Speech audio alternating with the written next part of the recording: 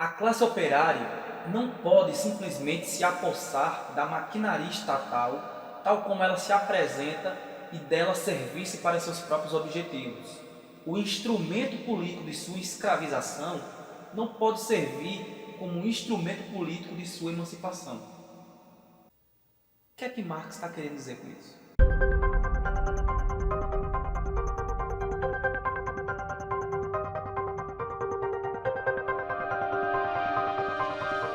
Bem, pessoal, bem-vindos e bem-vindas ao nosso terceiro episódio da série Laboratório Proletário. E a pergunta do episódio de hoje é: haveria um Estado proletário na Revolução?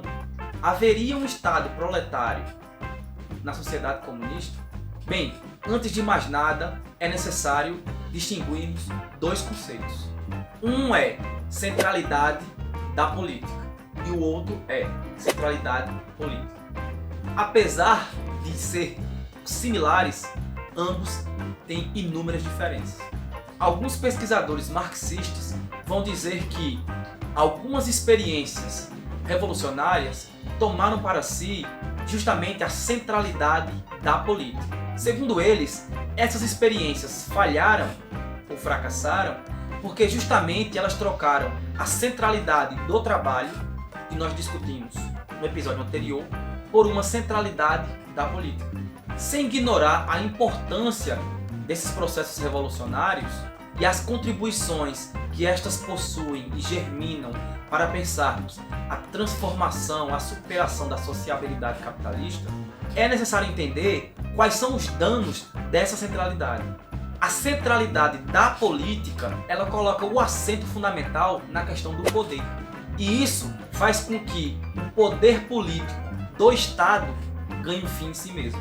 É nesse sentido que algumas experiências revolucionárias apostaram no caráter gestor do Estado para modificar a economia, produzindo uma forma de economia centrada nos valores de uso ao invés dos valores de troca.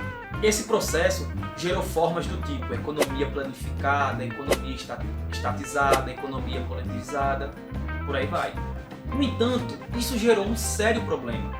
Isso porque é impossível a germinação daquelas características do trabalho livre associado à liberdade, à consciência, o caráter coletivo e à universalidade, justamente dada a subordinação ontológica do Estado ao capital, ou seja, à propriedade privada. Isso explica porque, em muitos relatos históricos, os estados típicos dessas revoluções foram caracterizados como novos apropriadores da riqueza.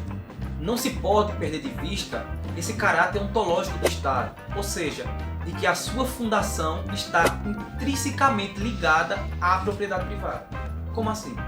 Na comunidade primitiva, ou seja, antes mesmo do surgimento do Estado, os elementos sociais, ou seja, educação, cultura, a ética, enfim, estavam sob controle conjunto da comunidade.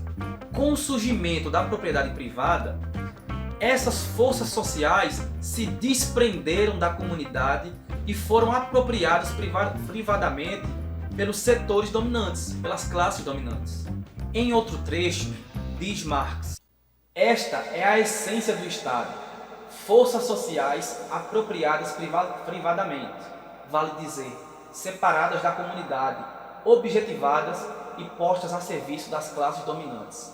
O Estado é o instrumento fundamental para a manutenção da exploração do homem pelo homem, para a existência da propriedade privada. Deste modo, a função essencial do Estado concentra-se na defesa da propriedade privada. Nesse sentido, isso gera uma pergunta: se o Estado é burguês, o que fazemos com ele? É aqui onde entra o nosso segundo conceito, a centralidade política. Centralidade política de quem?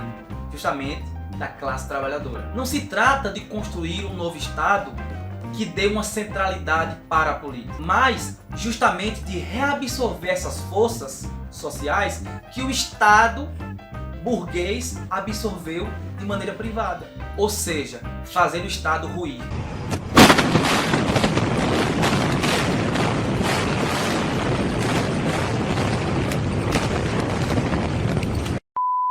E isso só é de interesse e só pode ser realizado pela ação política revolucionária, daí a sua centralidade política, da classe trabalhadora. Ou seja, se apropriar do poder político do Estado para garantir que todas as mediações que sustentam a propriedade privada venham a fenecer. E isso inclui, inclusive, o Estado. As classes exploradas precisam da dominação política para a manutenção da exploração no interesse egoísta de uma ínfima minoria contra a imensa maioria do povo. As classes exploradas precisam da dominação política para o completo aniquilamento de qualquer exploração, no interesse da imensa maioria do povo contra a ínfima minoria de escravagistas modernos. Portanto, percebam que o momento político ele é apenas uma mediação do processo revolucionário. Nesse sentido, não se cria um novo Estado ou um Estado proletário.